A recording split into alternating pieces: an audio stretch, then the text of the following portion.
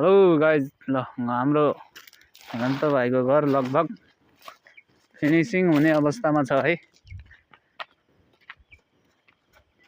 पेन्टको काम चलिरहेछ। तपाईलाई म देखाउने भए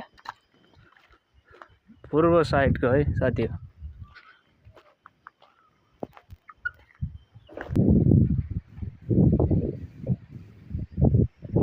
यो उत्तर साइडतिरको है साथीहरु।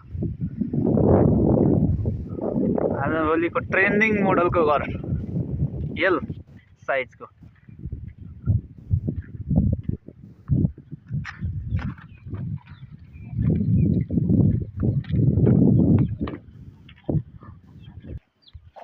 पश्चिम साइडको है तपाईको। पश्चिम साइडमा लगभग हाम्रो हेमन्त भाइले एकवटा झ्याल पनि राख्नु भएको छैन।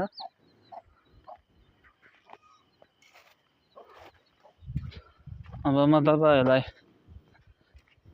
दक्षिण साइडको पनि देखाउने भयो है साथी।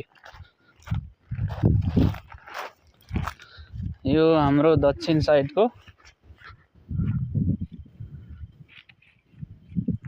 एउटा ठुलो झ्याल राख्नु भएको छ। त्यसपछि समग्रमा 4।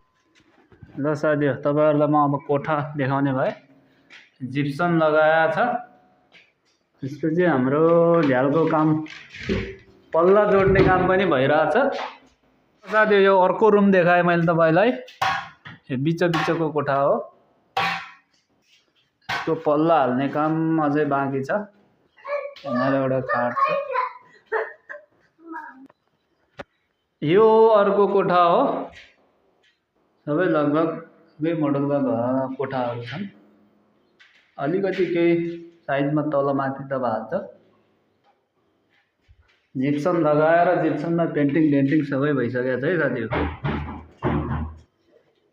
ल अब यो हाम्रो अन्तिम रुम मैले देखाउँदै छु। तीनटा रुम तपाईहरुलाई देखाइसके।